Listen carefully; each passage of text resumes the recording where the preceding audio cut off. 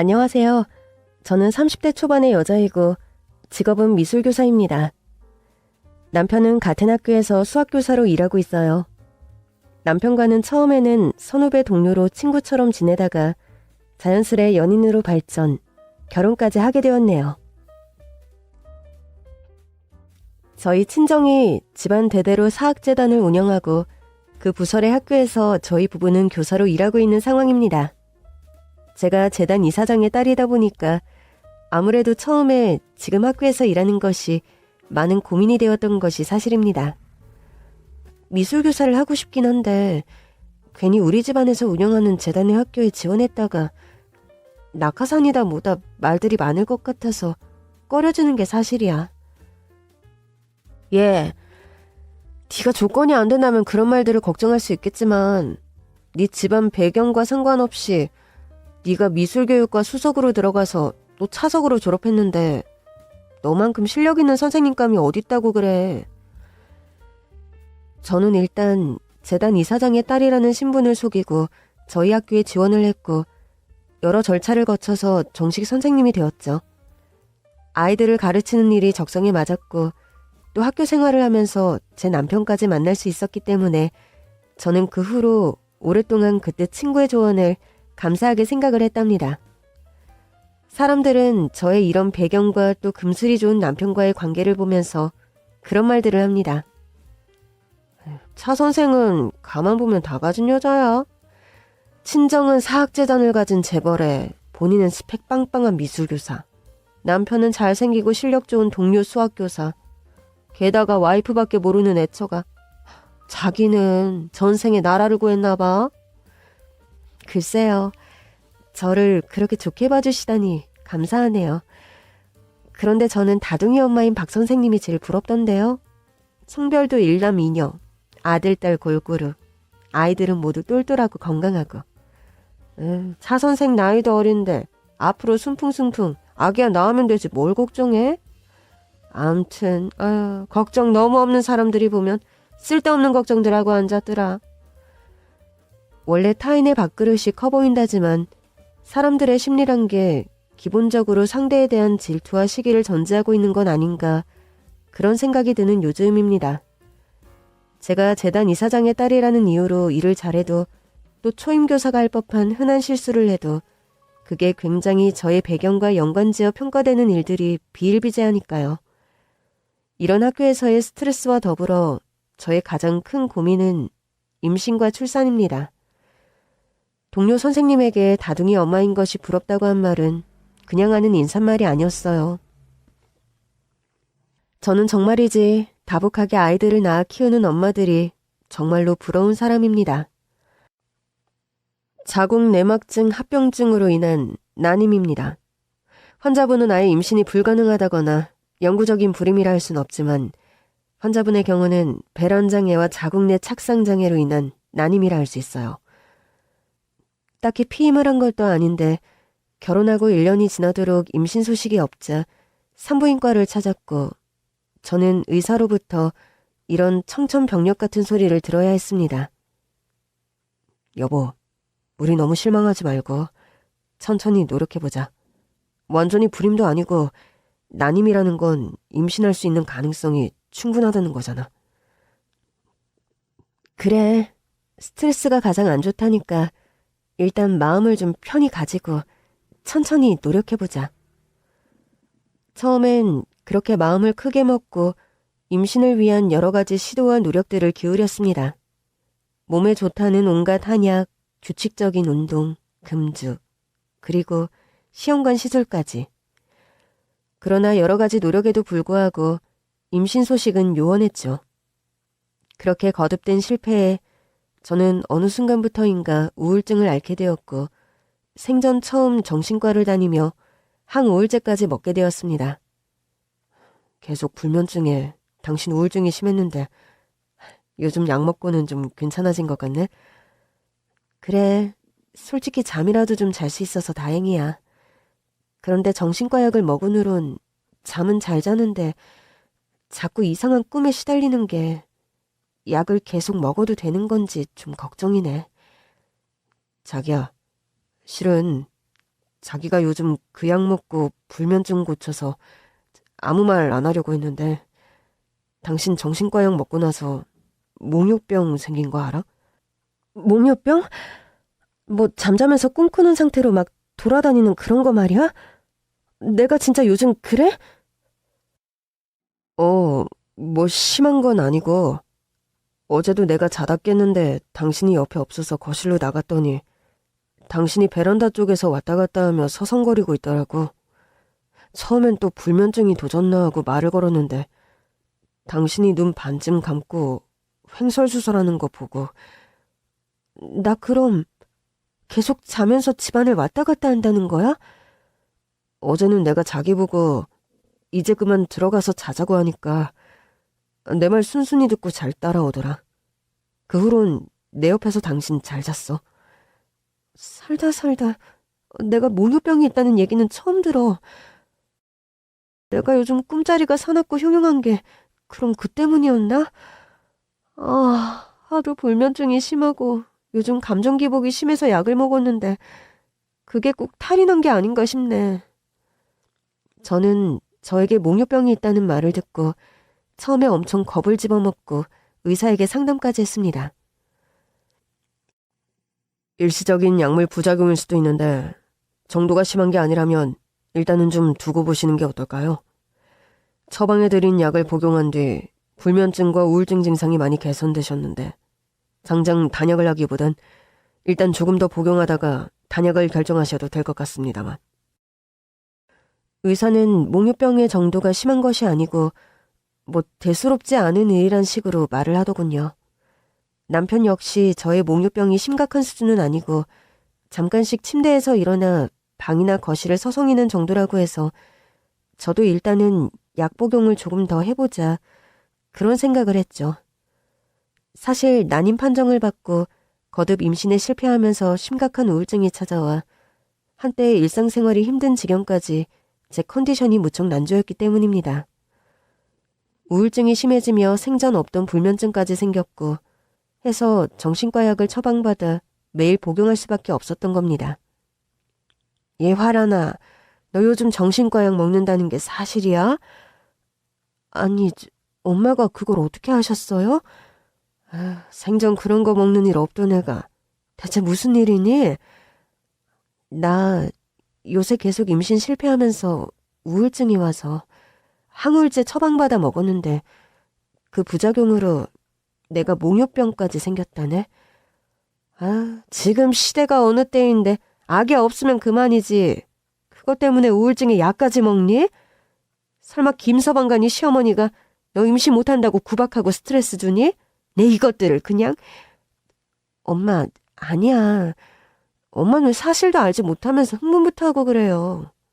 나한테 스트레스 준 적 아무도 없고 내 스스로가 괴로워서 그런 거야. 멀쩡하게 잠만 잘 자던 애가 몽유병이 대체 뭐야? 임신은 못하면 그만이고 애는 없으면 무자식이 상팔자다. 당장 항우울제인지 뭔지 끊어라. 난 손주 없이는 살아도 하나뿐인 내 딸이 망가지는 꼴은 못 보니까. 알아들었니? 알았어요, 엄마. 걱정 마세요.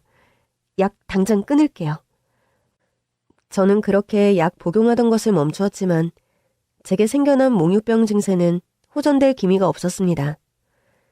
약을 끊은 후에 불면증은 없었지만 원래 앓던 우울증은 단약의 후유증인진 몰라도 점점 더 날이 갈수록 심해졌죠. 실은 제 우울증이 깊어가는 데에는 원인이 있었습니다.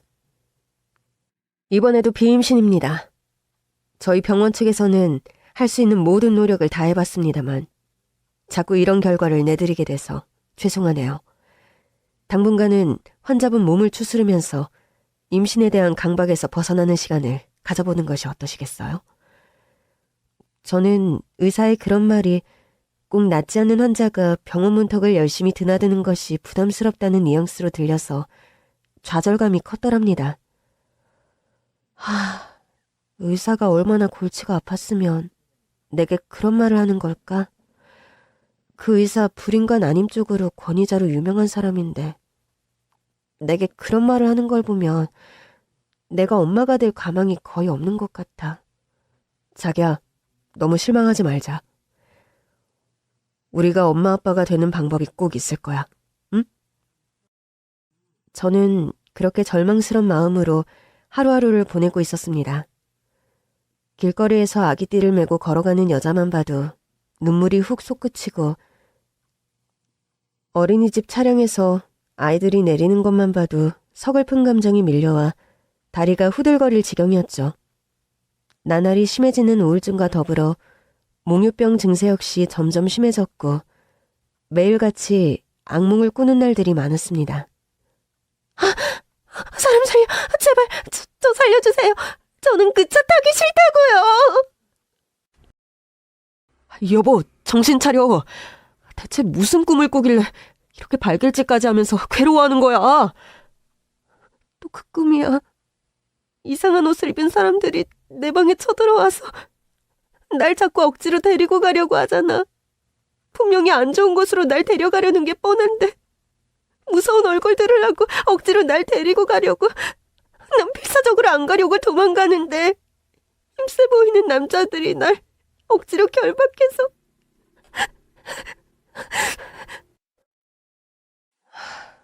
자기가 요즘 스트레스가 많아서 그런 것 같다.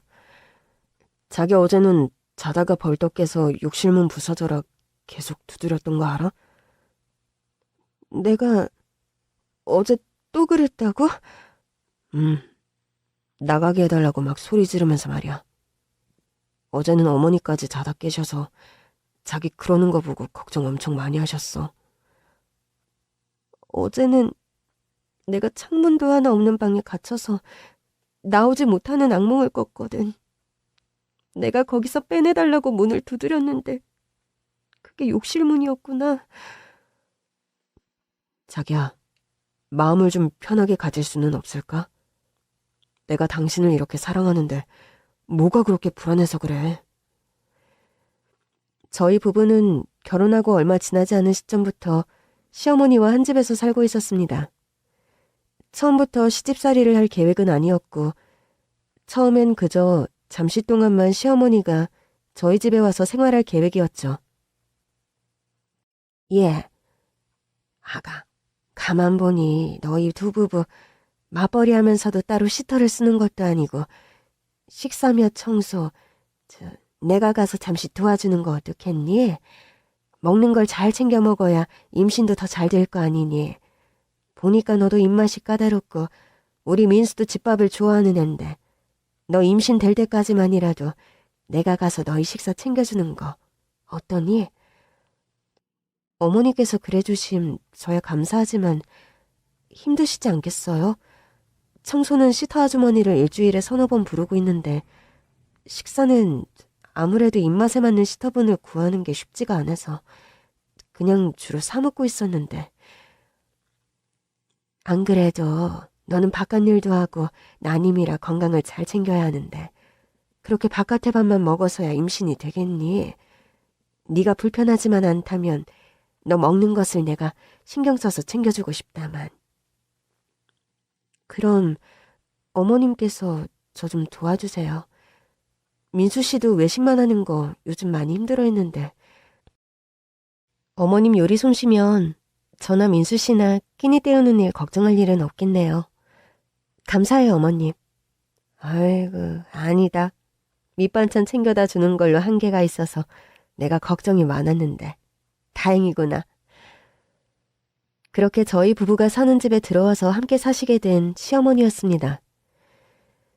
시어머님은 잔소리가 많은 편도 아니셨고 또 저희 집이 2층 단독주택인데 2층에 주로 기거하시는 탓에 한 집에 산다고 해서 특별히 불편하게 부딪힐 일도 적었죠. 모든 일은 밥심에서 시작된다고. 아가 너도 밥을 잘 챙겨 먹어야 몸도 건강해지고 또 좋은 소식도 빨리 찾아올 게다. 너 좋아하는 가오리찜하고 사골국 해놨으니 남기지 말고 다 먹고 출근하렴. 어머님, 매끼 이렇게 영양가 있는 식사 차려주셔서 너무 감사해요. 네가 아기 때문에 마음고생하는 걸 다 아는데 내가 도울 수 있는 일이라곤 이것뿐 아니니. 어제도 꿈자리가 많이 사나웠어? 네, 제가 뭐 자다가 또 무슨 실수라도 했나요? 부엌 싱크대에서 물소리가 한참 나서 나가봤더니 네가 물을 틀고 한참 손을 씻고 있지 뭐니. 난 네가 자다 깨서 뭐 컵이라도 씻는 줄 알았는데 네 눈이 또 반쯤 감겨있더구나. 아, 네. 어제 제가 또 목류병 증세가 좀 도졌나 보네요. 아가, 내가 누누이 말을 하지만 마음을 항시 편하게 가지려무나. 엄마 아빠가 되는 방법은 생각보다 아주 다양할 수 있으니까.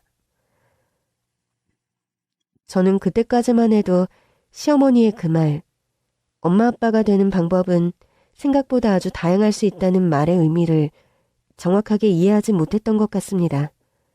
그저 저를 위로하고 다독이는 말씀으로만 받아들인 탓이었죠. 그러던 어느 날이었습니다. 제가 전담으로 가르치는 미술반 아이들이 단체로 실기대회에 나가게 되어서 학교 수업이 파하고 난 뒤에도 따로 아이들을 가르친다고 매일 야근을 하다 집에 늦게 퇴근한 날이었어요. 다녀왔습니다. 오늘도 실기 준비하는 거 좀 도와주다 보니 늦었네요. 당신 많이 피곤하지? 저녁은 먹었어? 아니, 아직. 집에 와서 먹으려고 그냥 왔는데. 왜, 어머님 주무셔? 아니, 실은 그게 아니라.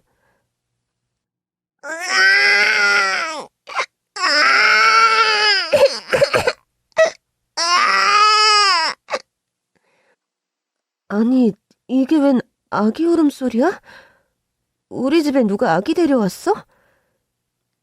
남편은 뭔가 당황하며 식은땀을 흘렸고 잠시 후 2층에서 시어머님이 내려오시는데 품 안에 웬 아기를 안고 계시는 겁니다. 아니 어머님, 그 젖먹이 갓난아기는 대체 누구 아기예요? 하란아, 실은 네 남편이랑 내가 일찍부터 말을 하려고 했는데 네가 알면 노발대발 길길이 뛸 게 뻔해서 진작부터 말을 했어야 했는데 하지 못했구나. 아니 지금 그게 대체 무슨 말씀이신지. 당신, 어머님 지금 무슨 말씀하시는 거야? 실은 이 아이 네 남편 아기다. 네? 뭐라고요? 남편 아기라니. 당신, 이 아기가 당신 아기 맞아? 어머니 말씀 사실이야? 미안해 여보. 당신을 속이려던 건 아니고 당신이 워낙에 엄마가 되고 싶어 했잖아. 그런데 병원에서는 거의 불가능하다고 말하고 당신은 또 스트레스 받아서 우울증에 목류병까지 걸렸잖아. 언제까지 이렇게 마음고생만 하면서 살 수도 없는 일이고. 그래서 고민하다가 뭐, 이 아기 어디서 입양이라도 하고 온 거야? 입양을 하더라도 나하고 먼저 상의를 했어야지. 이게 무슨 사람 놀래키려는 것도 아니고 갑자기 집안에 아기를 데리고 오면 어쩌자는 거야? 얘야, 이 아기는 입양해온 아기가 아니라 네 남편 친아들이란다. 뭐라고요? 친아들요?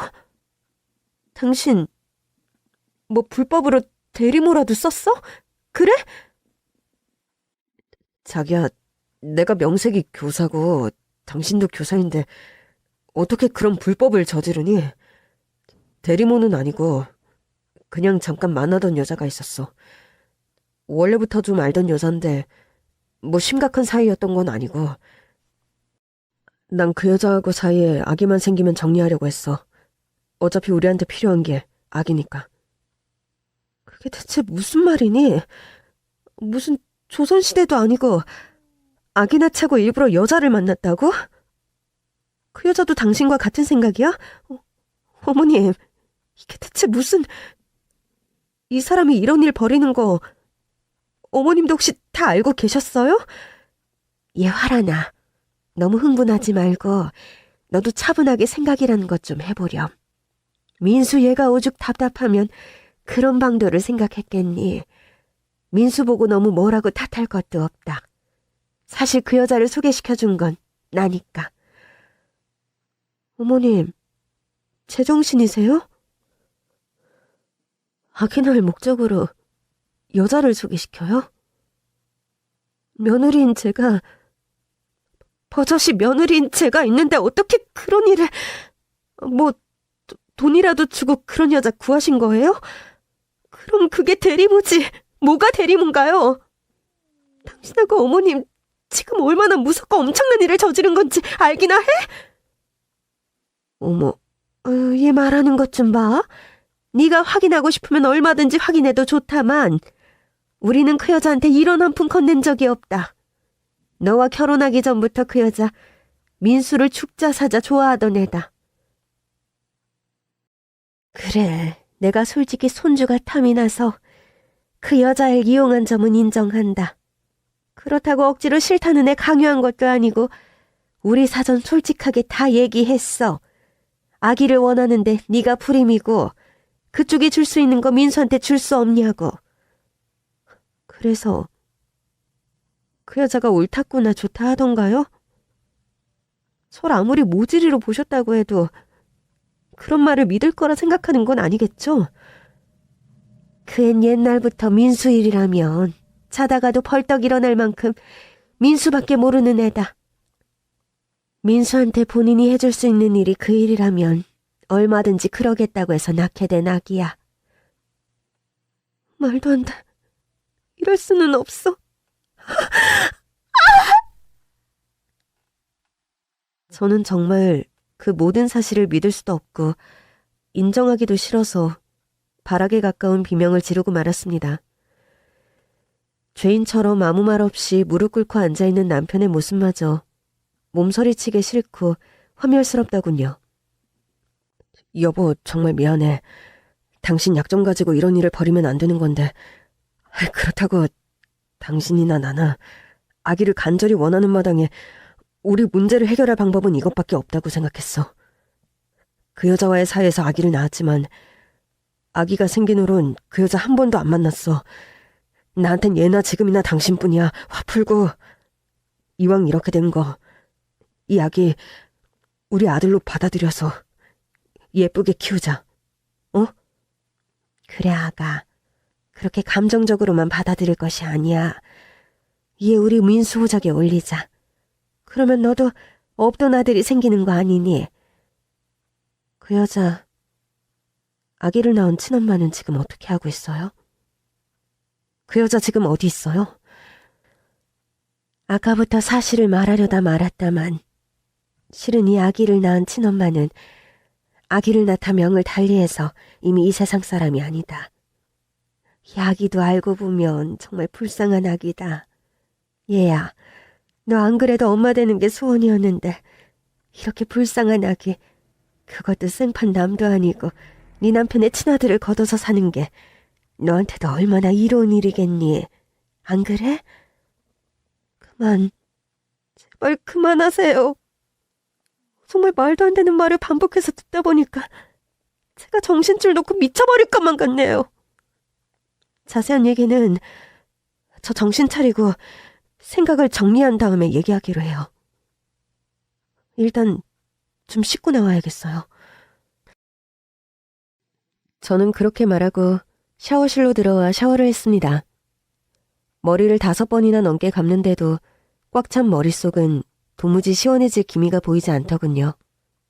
이게 대체 무슨 상황인가 싶으면서도 생판 남도 아니고 남편의 친아들, 그리고 그 아기의 친모는 이미 이 세상 사람이 아니다. 그렇다면 그 아기를 내가 키우는 게 순리에 어긋나는 일은 아니잖아? 남편이 다른 여자를 만났다는 사실은 참을 수 없이 배신감을 느끼지만 바람 피우고 싶어서도 아니고 아기를 낳고 싶어서 나 몰래 그런 건데. 아니야, 차화란. 너 지금 무슨 바보 같은 생각을 하고 있는 거야. 아무리 엄마가 되고 싶어서 미쳤다 해도 이건 아니지. 이성이라는 걸 좀 차리자, 이성을. 그런데 정말 순전히 아기를 낳으려고 그 여자를 만난 거라면. 제 머릿속은 수십 번씩 극단의 생각을 오가며 혼란스러운 싸움을 계속했고 극한의 불안과 스트레스에 정말이지 다시 비명이 터져나올 것만 같았습니다. 이러다 정말 내가 미쳐버리는 것은 아닌가. 저 스스로도 불안하고 두려운 감정이 드는 찰나 욕실 선반 위에 올려둔 휴대폰이 울리더군요. 발신인을 보니까 모르는 번호였어요. 여보세요? 이 늦은 시간에 대체 누구시죠? 저 차화란 씨 되시죠? 맞습니다. 그러는 당신은 누구시냐고요? 차화란 씨, 앞으로 아무 대답 말고 제가 하는 말만 잘 들으세요. 저 그쪽 남편 아들 낳은 여자예요. 저 지금 정말 천운으로 정신병원 탈출해서 겨우 목숨 부지하게 되었어요. 제 말 듣는 즉시 가능한 빨리 그 집에서 당장 나오세요. 그곳에 오래 있다간 저처럼 멀쩡한 상태로 정신병원에 들어가서 평생 못 나올 수도 있으니까요. 뭐라고요? 제가 이해가 되게끔 좀 설명을 제대로 좀 하세요.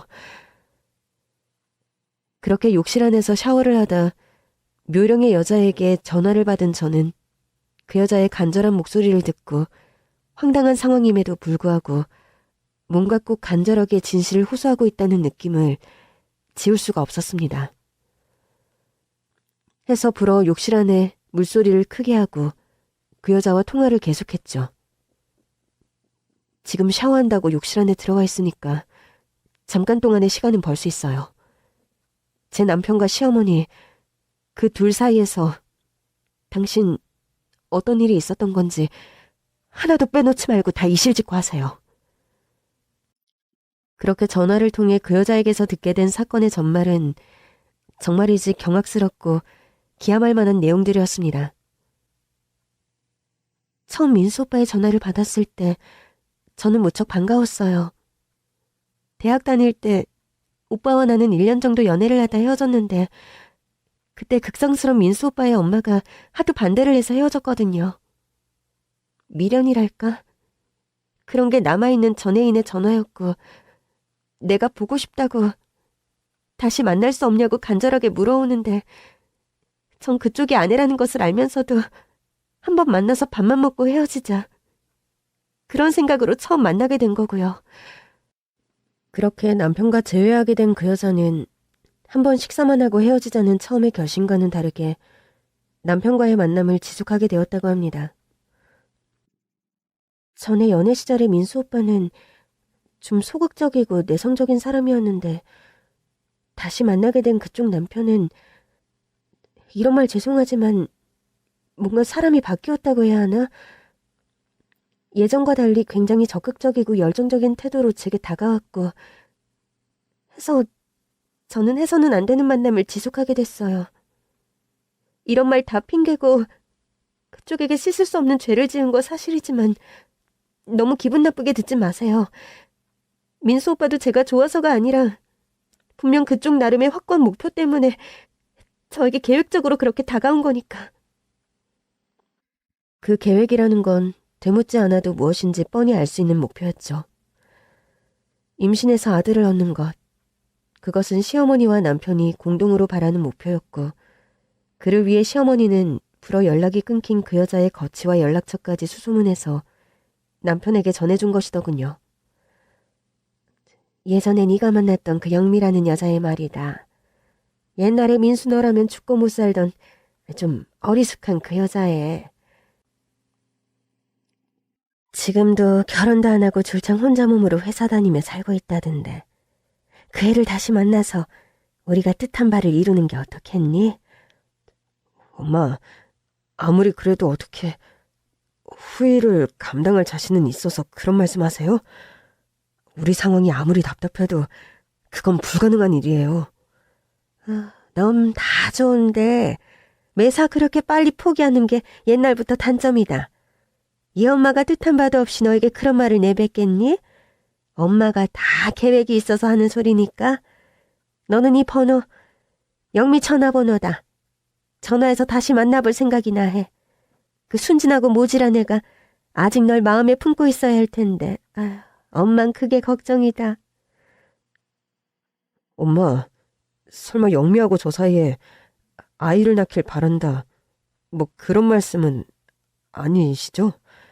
아니, 네 생각이 맞았다. 영미 걔가 널 아직 마음에 두고 있다면 아들 한 명 낳는 거 일도 아니잖니?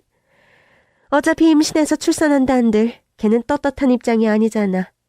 유부남과의 사이에서 낳은 아기를 두고 걔가 큰 소리 칠 입장이 못 될 거다. 설령 엄마 말씀대로 다 일이 이루어져도 영미 걔가 아이를 절대 안 주려고 한다면요. 여자들 모성이라는 게 얼마나 무섭고 대단한 건데 엄마 말씀을 그렇게 쉽게 하세요. 모성이란 게 어떤 건지 알아도 내가 잘 알지 네가 더 잘할 것 같아? 공자 앞에서 문자 쓸 생각 마라. 그리고 그만한 뒷감당도 생각 안 하고 엄마가 일을 벌일 것 같아? 그렇게 시어머니의 주도면밀한 계획하에 본인이 의도된 만남에 낚여들었다는 사실을 그 여자는 아주 오랜 시간이 지난 후에서야 알게 되었다고 합니다. 영미야, 이런 상황에 나를 다시 만나줘서 정말 고마워. 지금은 널 사람들에게 떳떳하게 소개할 수도 없고 밝힐 수도 없지만 시간이 좀 걸리더라도 내 신변이 정리되는 대로 나와 결혼하자. 오빠, 지금 사는 와이프와 정리한다는 말, 나 정말 믿어도 되는 거야? 그럼 오빠 믿어야 돼. 지금 네 뱃속에 우리 아기가 무럭무럭 자라고 있는데 내가 설마 한 입 가지고 두말하겠니? 나 그렇게 형편없는 쓰레기 아니거든. 나 그럼 오빠 믿고 이야기 나을게. 사실 옛날에 오빠하고 그렇게 헤어지고 나서 나 정말 후회 많이 했어. 오빠 어머니가 날 싫어하고 반대한다고 그렇게 쉽게 오빠하고 헤어지는 게 아니었는데. 우리 과거는 있고 지금 현재와 앞으로의 일만 생각하자. 과거의 영미 널 놓친 건 나도 땅을 치면서 후회하는 일이야. 후회를 해도 내가 할 테니까 영미 너는 아무 걱정 말고 뱃속에 우리 복덩이만 잘 지키면 돼. 알았지? 알았어. 나 다음 주에 회사에도 휴직계 내려고 해. 복대를 하는데도 표가 나기 시작해서 더 회사 다니는 건 무리 같아. 당연하지. 임산부는 안정이 최우선이니까. 당장 회사 그만둬. 생활비는 부족하지 않게 내가 다달이 보내줄 테니까. 그렇게 그 여자는 임신하고 회사에 휴직계까지 낸 다음 집안에 틀어박혀 임신 기간 내내 아는 사람들도 만나지 못하고 감금과 비슷한 생활을 했다고 합니다. 얘 영미야, 지난날 내가 너에게 모질게 굴었던 일들은 좀 잊었으면 한다. 네가 민수아기를 가진 이상 이제 내 며느리는 영미 너다. 인연이라는 거, 운명이라는 걸 이래서 무시 못한다. 네가 내 며느리가 될 운명인 걸 왜 그땐 알아보지 못했는지. 어머님과 민수 오빠가 저를 인정해주는 건 다행이고 감사한 일인데 나중에라도 지금 민수 오빠 와이프가 이혼 안 해준다고 하면 어쩌실 거예요? 제가 지금 아기를 가진 몸이지만 아무리 봐도 떳떳한 입장은 아니라서 전 그게 제일 마음에 걸리고 걱정이에요. 그건 네가 걱정 안 해도 된다. 그 아이 정신적으로 불안하고 아주 문제가 많은 아이다. 민수하고 이혼할 구실은 얼마든지 내가 만들어 놓을 자신이 있으니 넌 아무 걱정 말고 몸 간수나 잘해. 임산부에게 그런 정신적인 스트레스가 얼마나 해로운 건데 그런 쓸데없는 걱정을 하고 앉았니? 매일매일 좋은 생각하면서 태교만 해도 부족할 판에.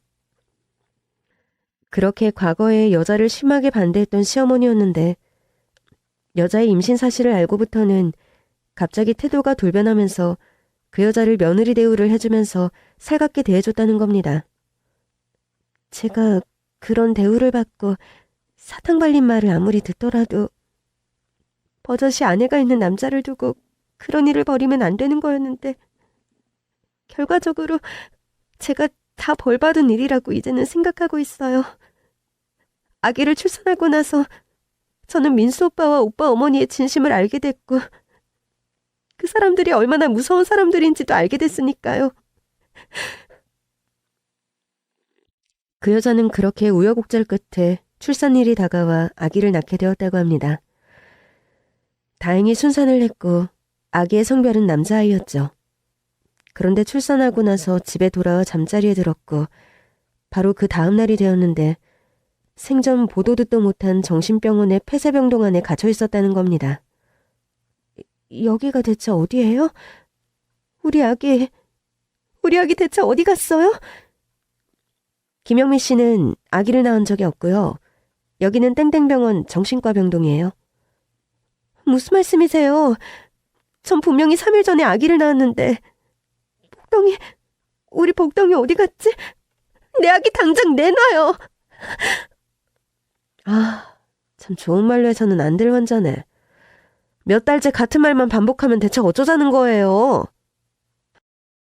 그렇게 여자는 간밤에 잠이 든 새 정신병원에 감금되어 있었고, 아무리 내보내달라고 해도 더 미친 사람 취급만 받는다는 것을 깨달았다고 합니다. 그렇게 한 달 가까이 초죽음 상태로 정신병원에 갇혀 지내다가 대대적으로 정신병원 대청소를 하는 날, 간호사들의 감시가 소홀한 틈을 타서 천신만고 끝에 병원을 탈출해 나온 것이었어요. 제가 부모님 없이 친척 어른들 집을 전전하면서 자랐고, 일찍 독립해서 가족이나 친지들과 왕래 없이 사는 점을 알고, 나 같은 여자 그렇게 병원에 들여놔봤자 누구 하나 신경 안 쓸 거라고 생각하고 그런 일을 벌인 것 같아요. 게다가요, 제가 병동에 있는 동안 민수 오빠 어머니가 절 보러 한번 왔었어요. 아니 대체 시어머니가 그쪽을 찾아가서 무슨 말을 하던가요? 겁도 없이 뻔뻔하게 어떻게 그렇게 사람을 가지고 또 찾아가다니. 제 추측이지만 병원 측과 뭔가 긴밀하게 커미션이 있지 않았나, 그런 생각이 들어요. 병원에서 전 완전히 중증에 미친 여자였고, 제가 길길이 날뛰며 진실을 말할수록 더 미친 취급만 받았으니 그걸 믿고 뻔뻔하게 절 보러 온 것 같기도 하고요. 그래서 그쪽 보고 뭘 하던가요? 시어머니가. 지금 이 말을 전해주고 싶어서 제가 병원 탈출하자마자 전화한 거예요. 그날 전 그런 말을 들었어요. 네가 아무리 바깥 사정 네 사정을 얘기해봤자 네 말을 믿어주는 사람은 아무도 없을 거다. 그렇다고 너무 억울해할 건 없어. 네 옆방은 풀어 비워두라 부탁했다. 민수 와이프 곧 네 옆방으로 들어올 예정이니 조금만 기다리렴. 병원 생활이 심심하진 않을 게다. 무슨 꿍꿍이인진 모르지만 그쪽도 말도 안 되는 구실로 병원에 집어넣으려고 하는 것 같아요. 그러니까 내 말 듣는 즉시 그 집에서 당장 도망쳐 나와요. 저는 그 여자의 말을 듣는 순간 소름이 끼치며 오금이 저려오더군요. 후들거리는 다리를 겨우 진정시키고 정신을 차리려고 찬물 세수를 했습니다. 저는 욕실 안에 있던 샤워 가운만 걸친 채 거의 알몸인 상태로 집을 뛰쳐나왔습니다. 시어머니와 남편, 이 두 사람과 한 집에 있다가는 대체 무슨 변을 당할지 저 자신도 짐작할 수 없었고, 극심한 공포심에 당장 집을 뛰쳐나왔죠. 남편과 시어머니가 저를 부르며 무슨 일이냐고 물으면서 헐레벌떡 쫓아오려고 하길래, 차에 급하게 두고 내린 물건, 우울증 약이 있어서요. 사실 그 약을 다시 먹고 있는데 차에 두고 내려서 그거 가지고 다시 들어올게요. 그렇게 거짓말을 하고 집을 뛰쳐나온 저는 차를 몰고 그대로 저희 친정집으로 달려갔습니다. 친정집에서는 사실 저희 친정엄마가 치매가 발병해서 간병인의 도움을 받고 있었습니다. 친정아버지께서는 반년 전 노안으로 별세하셨고, 그 충격 때문인지 엄마는 갑자기 총기를 잃고 그렇게 집에서 투병 중이셨죠. 아니 화라나, 대체 이 오밤중에 이런 차림으로 무슨 일이냐? 엄마, 오늘은 엄마가 어쩐 일로 나를 다 알아보시네? 그냥 엄마가 보고 싶어서 왔어요. 엄마가 보고 싶어서. 엄마는 온전치 않은 정신으로도 저를 꼭 껴안고 등을 토닥여 주시더군요. 시어머니와 남편이 그렇게 끔찍한 일을 꾸민 것도 근래 들어 변해버린 제 친정집의 상황. 아빠는 돌아가시고 엄마의 정신이 온전치 않다는 점을 더 악용했다는 생각이 들자 그 두 사람을 용서할 수 없다는 생각이 들더군요. 저는 바로 다음 날 변호사와 사설탐정을 함께 고용해서 진상 확인에 나섰습니다. 남편의 내연녀가 전화를 통해 저에게 이실직고한 내용들이 모두 사실이었고 저는 남편과 시어머니를 경찰에 고소했어요. 남편과 시어머니는 나를 정신병자로 몰아 금치산자로 만든 다음 제가 상속받게 될 사학의 재산에 눈독을 들이고 있었던 거더군요. 그렇게 사학을 본인들이 독차지해서 꾸려나갈 욕심으로 그런 일들을 계획했다니 그런 사람의 본심을 모르고 사랑이라 착각했던 제 자신이 한없이 초라하고 어리석게 느껴졌습니다. 시간이 흐르고 일련의 복잡한 법적인 절차들을 거쳐서 시어머니와 남편은 엄중한 법의 심판을 받게 되었습니다. 남편은 여러 가지 불법을 저지른 대가로 학교에서 파면당했고 당분간 교직에 선다는 일은 요원해 보입니다. 원체 법원에서 중형의 실형을 선고한 탓에 한동안 세상 밖으로 나오기 힘든 사람이 되었거든요. 시어머니 역시 모든 일을 주도한 죄로 남편보다 더 엄중한 실형을 살게 되었고요. 전 학교에 당분간 휴직계를 냈습니다. 치매 투병을 하는 엄마를 옆에서 간호하려는 생각에서 했죠. 그리고 하도 여러 가지 일들을 겪으며 심신이 피로해진 탓도 컸습니다. 제가 불면증과 우울증, 몽유병에 시달렸다고 했잖아요. 경찰 조사 결과 제 정신에 문제가 있어서가 아니라 시어머니가 상습적으로 저녁 식사 때마다 제 밥그릇에 몰래 넣은 환각제 때문이었다는 사실도 알게 되었습니다. 저는 처음에 이런 사실을 모르다 친정집에 들어와 생활하면서 저의 모든 정신과적 병증이 사라져서 이상하게 여기던 터에 경찰로부터 그런 이야기를 듣게 되었던 겁니다. 저녁 식사 때마다 차월한 씨 몰래 밥그릇이며 국그릇 안에 수면제와 환각제 등을 넣어서 먹게 했다는 자백을 받았습니다. 차월한 씨는 여태 그런 사실을 전혀 몰랐던 건가요? 네, 전 바보처럼 제가 임신에 계속 실패했고 그 좌절감으로 생긴 우울증이며 여러 병들이라고 생각했으니까요. 다 제가 모자란 탓이죠. 아닙니다. 피해자께서 그렇게 자책할 일이 절대 아니죠. 마음 먹고 그렇게 상대를 가스라이팅 하려 들면, 특히나 사랑하는 사이나 가족으로 맺어진 유대관계에서는 속수무책으로 당할 수밖에 없습니다. 네, 앞으로는 좀 더 정신 똑바로 차리고 살아야겠네요. 이번 일로 저 많은 교훈을 얻었어요. 친정엄마는 그래도 제가 옆에서 보살피며 케어해드리면서 상태가 많이 호전되었습니다. 그렇게 점점 건강해지시는구나 안심을 했는데 제가 친정집에 들어가고 두 계절을 못 넘기고 명을 달리하고 마셨어요. 감옥에 간 남편과 이혼이 마무리된 시점이었는데 여러 좋지 않은 일들이 겨우 끝난 시점에서 엄마까지 하늘나라로 떠나보내려니 심정적으로 아주 많이 힘든 게 사실이었죠.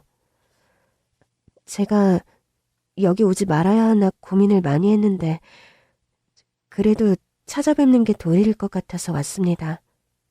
삼가 고인의 명복을 빕니다. 여기까지 와주시고 감사하네요. 그렇지만 우리가 두 번 다시 볼 일은 없었으면 합니다. 네, 저도 그 정도 상식과 이치는 알아요. 평생 그쪽에 속지 않은 마음으로 살겠습니다. 그쪽도 피해자인데 피차 지난 일은 그만 얘기하는 게 좋겠어요. 아기는 잘 크죠? 덕분에 전제 소중한 아기를 찾아서 너무 감사하게 생각하고 있어요. 그쪽은 제가 평생에 걸쳐 가장 죄송하고 가장 감사한 사람이 될 겁니다. 안녕히 계세요. 앞으로 남은 시간들은 좋은 일만 있으시길 바래요. 그렇게 전 남편의 내연녀는 인사를 하고 떠나가더군요. 앞으로 남은 시간들은 좋은 일만 있길 바란다는 그 여자의 마지막 말이 오래도록 기억에 남았고요. 그래서일까 전 엄마의 장례식 이후 저의 남은 인생들에 관해 고민하는 시간들을 가졌습니다. 내가 어떤 인생을 살아야 나머지 시간들을 후회 없이 보낼 수 있을까? 남편과 결혼해서 겪었던 일련의 사건들은 너무나 끔찍한 것들이었고 다시는 그런 과오를 반복하고 싶지도 않았죠. 저는 일단 제가 몸담고 있던 학교, 사학재단의 권리를 정리했습니다. 제가 합법적으로 상속받은 사학의 재산들은 논외로 하고 학교 자체의 법인은 공립으로 전환하는 절차를 알아봤고 그렇게 하기로 결론을 내렸죠. 엄마가 돌아가시며 유산 상속이 빠르게 이루어졌고 그렇게 상속받은 재산의 절반은 사회단체에 기부를 했어요. 난임과 불임으로 고통받는 부부들에게 시험관 시술과 같은 의료비를 지원하는 그런 단체에 기부를 했습니다. 그리고 학교에는 사직서를 제출하고 미루던 세계 여행길을 떠났습니다. 화란아, 네가 심경의 변화가 큰 건 알겠지만 너무 급작스러운 결정 아니니? 교사일까지 그만두면 너 나중에 후회되지 않겠어? 나를 둘러싼 익숙한 환경들에서 어떤 좋은 기억을 하나도 찾을 수가 없어. 이렇게 살다간 나를 부정하게 될 것 같아서 떠나는 거야. 떠나서 낯선 곳에 나를 내던지면 싫은 기억에서도 좀 자유로워지고 온전한 내가 보일 것 같기도 해서 말이야. 그렇게 1년 가까이 세계 곳곳을 여행하며 교사 일을 하면서 미뤄뒀던 그림도 실컷 그리게 되었네요. 실은 제가 미술교사가 되었던 이유가 나름 좀 제 나름의 열등감에서 기인한 면이 컸습니다. 일반인보다는 잘 그리지만 예술가가 되기에는 모자란 재능. 전 미술에 대한 저의 재능을 그 정도로 규정했고 그런 규정 이후에 찾아오는 공허함과 우울함을 극복하기 힘들어서 도피하듯 미술교사가 되었었거든요. 그런데 여행을 떠나서는 그런 생각 없이 그저 그리고 싶은 대로 마음껏 그림을 그렸답니다. 마음에 드는 장소, 풍광, 인상 깊은 사람들의 얼굴. 그런 것들을 닥치는 대로 그리는데 그 와중에 참 행복한 저 자신을 발견했죠. 여행에서 돌아온 뒤 여행지에서 그린 그림들을 보고 있는데 친구가 그런 말을 하더군요. 화란아, 너 여행을 떠난 게 아니라 그림 그리러 떠난 거였구나? 아, 많이도 그렸네. 교사로 학교 들어가면서 그림은 때려치우겠다더니 순 거짓말이었어? 아니, 그땐 거짓말이 아니라 진짜였어. 내 재능에 대한 회의 때문에 그림 그리기가 진짜 싫었으니까. 근데 여기저기 돌아다니면서 아무 눈치 안 보고 작업하다 보니까 역시 난 뭔가를 그릴 때 가장 행복한 사람이구나를 깨닫게 됐어. 내 재능이 모자라도 그릇에 찰 수 없을 만큼 함량 미달이어도 그냥 내가 좋으니까 그리기로 했어. 앞으로 남은 시간들은 그림 그리면서 살아야겠어. 뛰어난 예술가로 평가받지 못해도 그림 그리는 과정 속에서 가장 행복한 나 자신을 발견했기에 저는 다시 전업 미술가의 길을 걷게 되었습니다. 부모님이 두 분 다 돌아가시며 유산 상속 절차에 의해 경제적인 자유를 획득했기에 가능한 일이기도 했고요. 일단 여행지에서 그린 그림들을 다듬고 손본 후 전시회도 열었죠. 아무 기대 없이 오픈한 전시회였는데 생각보다 사람들의 반응도 좋아서 아주 많이 행복한 요즘입니다.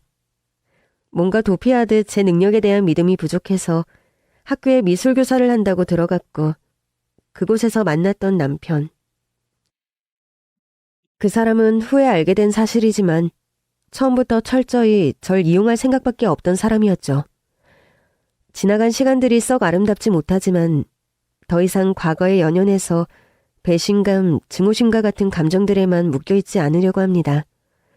그렇게 분노에 차서 불면의 밤을 보내봤지만 그런 시간들이 저에게 주는 이로움은 하나도 없었으니까요. 잘못을 저지른 시어머니와 남편은 여전히 법의 심판을 받는 중이고 저는 이렇게 제가 행복할 수 있는 진짜 방법을 알게 되어서 진짜 나다운 모습으로 제대로 살아가고 있으니 어찌 보면 지나온 그 끔찍한 시간들이 저에겐 전화위복이 되었다는 생각도 듭니다.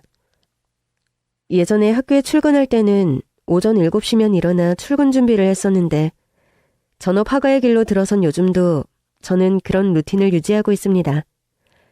직장인처럼 그림 그리기. 제가 전업 화가가 되면서 세운 제 나름의 룰이거든요. 제가 선택한 길을 자유롭게 가지만 그 안에서 흐트러지지 않고 나태해지지 않기 위한 저만의 철칙을 세우고 싶은 마음도 있었기 때문입니다. 요즘은 제가 가장 행복했던 때, 설레었던 때의 일들을 기억해서 화폭에 담는 작업을 진행 중입니다. 저의 소중한 순간들을 돌이켜보면서 저라는 사람을 좀 더 알고 싶고 또 행복해지기 위한 방법들도 더 잘 알고 싶은 욕심 때문에 시작하게 된 화두이지요. 여러분의 가장 소중하고 행복했던 순간은 언제인가요? 부디 그 순간들이 아주 많았고 또 지금 바로 그 순간이 그런 때이기를 간절하게 소망해 봅니다.